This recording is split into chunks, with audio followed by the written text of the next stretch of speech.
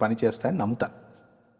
ఆయన నేను అడిగినప్పుడు నాకు ఆయన ఆ భాషలు త్వరగా అర్థం చేసుకోవటానికి, త్వరగా మాట్లాడటానికి కూడా నాకు అవకాశం ఇచ్చాడు. నాకు అది దేవుడిచ్చిన ఒక బహుమానం అని నేను అనుకుంటున్నాను. ఎందుకలా అనుకుంటున్నానంటే దక్షిణ భారతీయులు స్పష్టమైన హిందీ మాట్లాడాలి అంటే చాలా కష్టం.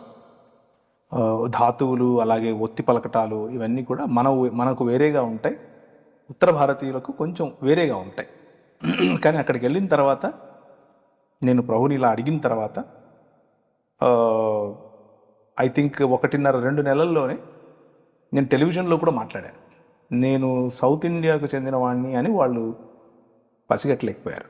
అంటే నా ఉద్దేశం ఏంటంటే నేను బాగా మాట్లాడినని కాదు, కానీ నాకు ఈ బ్యాక్గ్రౌండ్ ఒకటి, అలాగే ప్రభువుని అడిగినప్పుడు ఆయన ఇచ్చిన వరం, ఈ రెండు కలిసి పనిచేసాయని నేను నమ్ముతాను.